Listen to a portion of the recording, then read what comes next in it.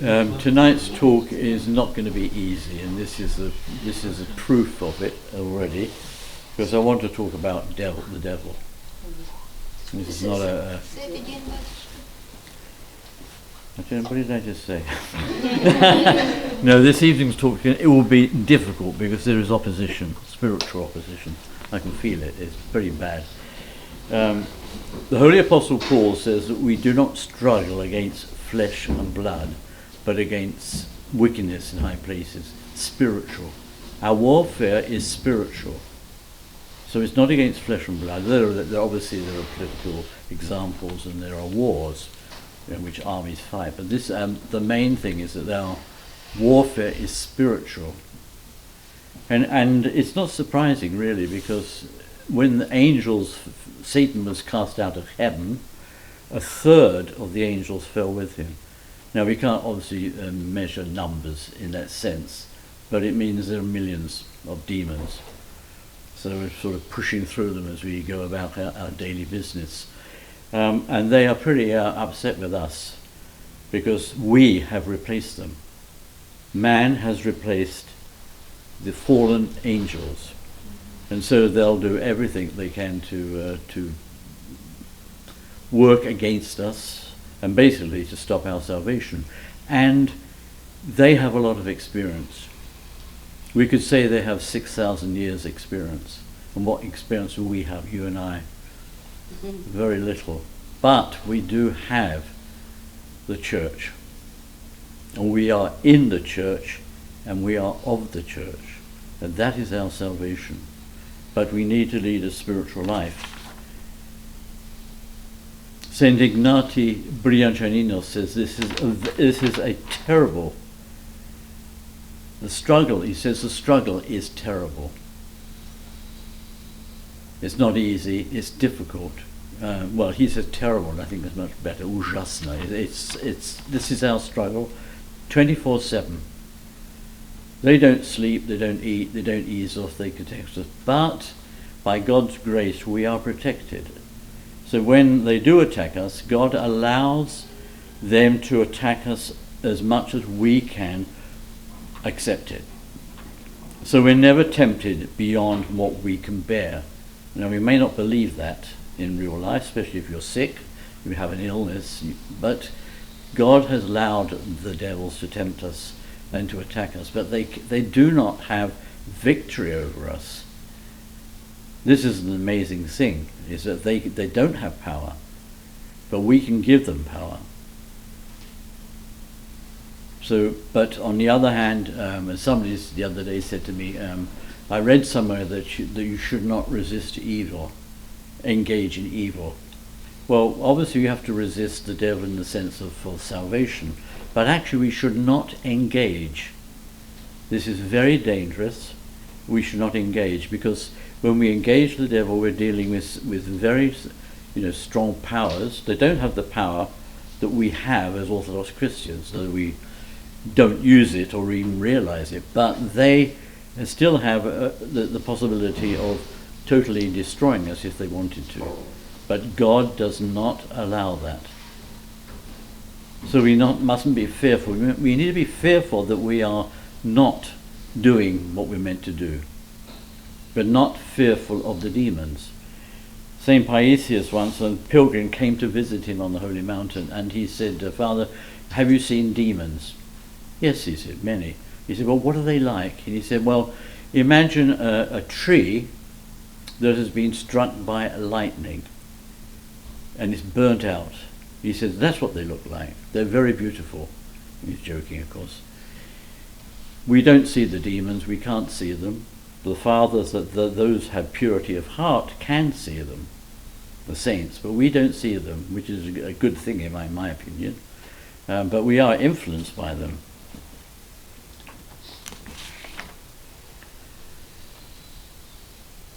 So the choice before us is eternal salvation or eternal perdition, damnation. That's the alternative. There's nothing in between. We're either saved or we're not saved. There's nothing in between. There's no, medium in between. It's either one or the other. When we look at the evil that's in the world, and I made a list here: abortions, genocide, murders, political corruption. This is what we're surrounded by. We're surrounded by that, which is prompted by the devil. So how do we survive in this world? Well, we survive by not looking into the shadows, not engaging evil and saying, oh, now what can I do about it? You can do nothing. But looking at the light, which is Christ. So our experience with demons should be positive, not negative. Not one of fear, but looking to Christ for the salvation. We look at the light because we are children of God. This is very important. And the demons hate it. The world does not understand it. And we cannot convince people otherwise. This is very difficult, if at all. So the choice is eternal salvation or eternal perdition. This is, unfortunately, in day-to-day life, this is not the focus of our life. We tend to dwell on the negative. And we certainly dwell on negative things today with this epidemic, collapse of society as we knew it. Even in the last 20 years, things have changed. I believe personally we're not going back. We're not going back. So there's chaos. The devil seems to be supreme, but he's preparing this world for the Antichrist. But we have to have faith that this is not, as Christians, Orthodox Christians, we're on the ship. We're not in the water being attacked by sharks. We're on the ship. And as long as we're in the church, we are on the ship. We should not fear. We should only fear our own salvation, that we don't do what we're meant to do. And that is the condemnation. Our focus should not be on darkness, but on the light. In other words, on Christ. And though it's difficult, people have lost their jobs because of the vaccinations and things, and all sorts of things are happening. It's only going to get worse. I say that it's going to get worse, but I'm not a pessimist because I believe in God, and God will bring us through it. We don't know. We really do not know. And I can come back to Elder Gabriel talking about, eating food. Well, just to one side is that in New Brunswick, you may know about this, Canadian government have given grocery stores a permission to reject unvaccinated customers. No vaccination, no jab, no food. This has been predicted by the fathers anyway. We knew this would happen. How? Now we're beginning to see it. No vax, no food. And Elder Gabriel said, you don't need to worry because God will feed you. How? How can God feed us? Elder Gabriel gives an example of a leaf. You find a leaf that has enough nutrition to last you for a month. We can't understand that. How can we understand it when we have our table spread with all lovely foods and things? We're in the fast at the moment, but for Nativity we'll celebrate. And we should. We should celebrate and enjoy while we have it, but we may not have it later. But I always think it's like the manna in the wilderness. Manna was this special bread that came down from heaven and fed the children of Israel. And the fathers say that the manna was not, literally blini. I always thought of it like that. It's not. It's whatever you need. Anyway, the form is not important. The fact is that God will, if we are faithful, He will feed us. So we shouldn't have fear. You remember this computer thing, 2K? Y2K. Yes. Y2K, yes. People stocking on food because everything's going to crash, there will be no food. We as Orthodox Christians should not do that. I'm not saying you shouldn't have something in the larder, you shouldn't not have some stores because you have to feed families, but we should not live in fear and go out and buy, extra. We have the monasteries. We have an example of that. I was reading the other day, I can't remember who it was now, which father, they were big. It was a convent. The nuns came, this is contemporary in Greece, the nuns came to their spiritual father and said, we have a problem because we don't have enough bread. In fact, we don't have enough flour to make bread. So what do we do? He said, well, just pray. He said, but we've got people coming who needs food. He said, give them. Well, we've only got, so many 10 loaves left. He said, give them away. Yes, but what are we going to eat? Well, a miracle occurred, and somebody suddenly came with a whole van full of flour so that they could make the bread. God provides. The elder said you have to understand that you have to trust God. And don't trust God only when things are going well. Or when I have a solution to a problem. So I'm not saying you're not allowed to store food, all right? I'm not saying that, but we should not make that our life issue, because that is focus on the world and not focus on Christ. We must put off the spirit of this world, says St. Ignatius. In the Garden of Eden, God curses the snake, the serpent, and he says, from now on you will go upon the ground, on your belly, you will crawl like that on the belly, and you will eat dirt. And that's what the demons do. And that's what the demons want us to do too. They want us to crawl on the ground. So we talk about somebody falling into sin. Well, they do fall into sin, and they end up on the ground, figuratively, and they eat dirt, poison. But we should not. It should be the opposite. St. Ignatius says we should fly up into the air, so we're not on the ground. And he said the devil has no wings, but we do. We have the wings of faith. How can we escape the voice of the demons? Prayer. Because when we pray, we are lifted up. We're off the ground. The demons are below. They hate us because they can't fly. We can. And I'm talking in the spiritual sense, of course. The wings of faith. So we have this escape, if you like. We go into prayer, and then the demons can't come. Of course, they will attack us and try and stop us from praying, as we all know. Distraction, fatigue. Start to pray and concentrate, you start yawning.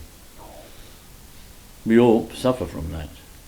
But that is where we have to be. So how will we cope with the falling of society, the crash that's going around us, financial, whatever, is through prayer.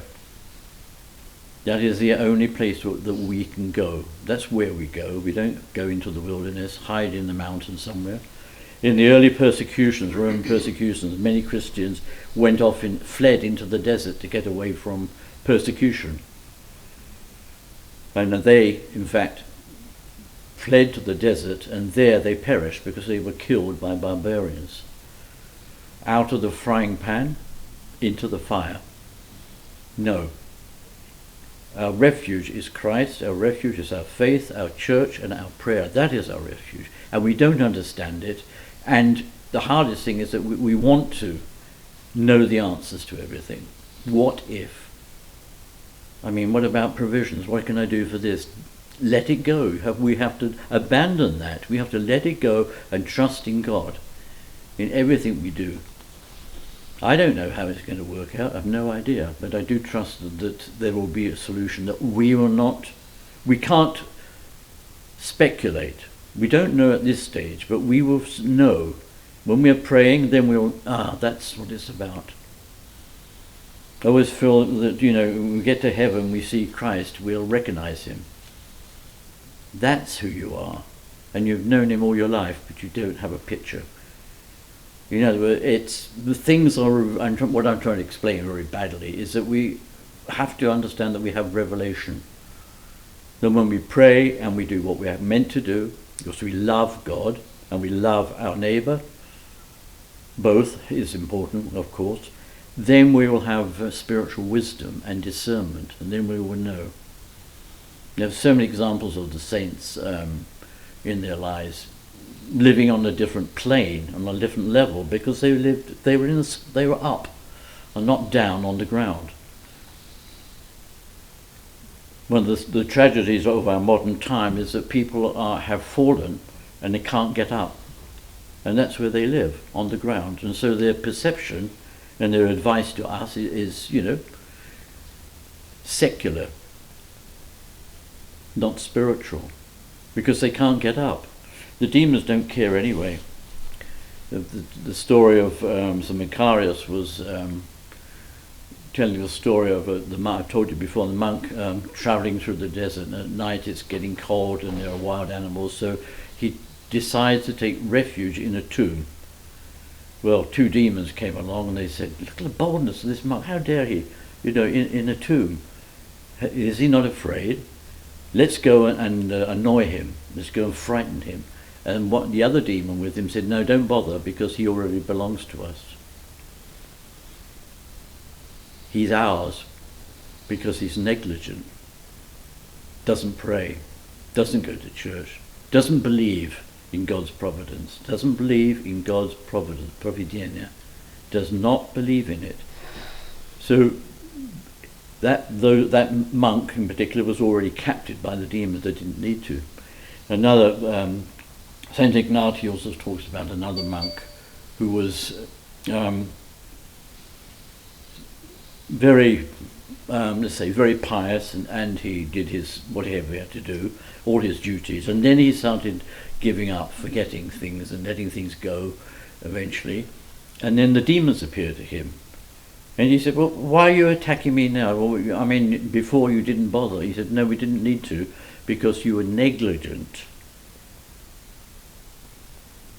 It's not what we're doing wrong, it's that we're not doing anything.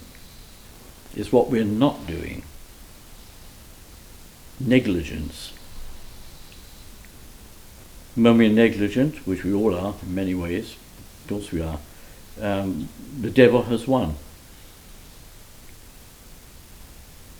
Not devil, I'm not talking about possession, demon possession, that's a different issue, but day-to-day life, when we give up on things, negligence is called, then we are we're serving the devils. We're not serving Christ. So when if we lead a sinful life, we crawl on the ground with the demons. And he says, Ignatius says, we are prone to follow them because our self-deception is within us. And because we see earthly life as being eternal. I don't think anybody believes they're going to die. This life is going on forever. It must do, mustn't it? When you're investing money in things, you're building homes, whatever you're doing, you have an ambition, you have a career. This is not that these things aren't, that they are evil, but it's how the effect they have on us. I think it's like drinking, actually. Some people can't drink because they become alcoholic. They can't enjoy wine at the feast because they can't stop. Does it mean wine is evil? No, of course not. Celebrating evil? No. But how do we handle it? We live as though we're going to live forever on this earth. We have to let go of the things of the earth and live in heaven. And it is only through prayer. And these times, I think, are good for us. Unpleasant. We don't know the future, but now we have to depend on God's providence. We have to say, I don't know, but I trust God will come up with something for me. So we can't make plans, or we shouldn't. We have to accept things as they are. We must put off, St. Ignatius says, we must put off the spirit of this world. And you remember the gospel on Sunday, the rich man. He collects his harvest and he says, well, I haven't got enough space for all these things that I produce, so I'm going to pull down my house, building, and I'm going to build a new one, bigger, and I'm going to put everything in there, and then I can rest and celebrate. And God says to him, you're a fool, because this night your soul is required. Let's grant God that we do not find ourselves in that situation. We're so involved with the world and the worries and the things in it that we don't have time to prepare for the next world. How many of us are prepared Oh, it can't happen to me. Well, maybe, I'm not ill and it couldn't happen, We don't want to believe it. We don't want to believe it. But it's going to happen. Because we're not meant to be here. We are here, but this is not where we belong. I will pull down my barn and build bigger. And he says, are we rich towards God? Holy things, prayer, are we rich to our secular world? Food, whatever attracts of wealth, and wealth in particular. And I think health also. It's not that we shouldn't be healthy, but we should not make that a god. I mean, it is a part of society here, everywhere. It's not just here in the States, it's everywhere. People are worried about their health and they've got all sorts of plans to be healthy. And it becomes obsessive. That's wrong. Not being healthy is wrong, but dwelling on it, thinking of it. You remember, same with gluttony. We all suffer from gluttony, the passion, because we think about food. It's not how much you eat, it's whether that's what motivates you. Who's not motivated by food? I don't know anybody who isn't. Maybe some monks, but I don't know anybody, Who's not looking forward to celebrating nativity? Food-wise, I don't mean spiritually. Yeah. We forget we are pilgrims. We are pilgrims. We just come back from a pilgrimage. We are pilgrims here. We don't belong here. We're pilgrims. We can love the world and we can plant crops and grow trees and make the place beautiful. Yes. Part of the creation. We're caretakers of this planet. That's what our job is. And I say here, the devil attacks from below. He pulls us down. He cannot fly upwards. He has no wings. We don't rise up to raise ourselves to where he is powerless to wound us. We're negligent. We need to rise up from the earth, from sinful life, from cares, worries, to spiritual life, trusting God's providence.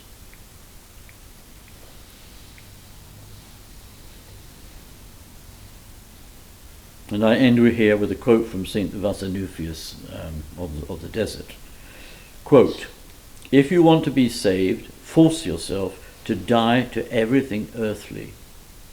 Regard yourself as nothing and strive for what lies ahead, lest under the pretext of a good work the devil involves you in untimely worries."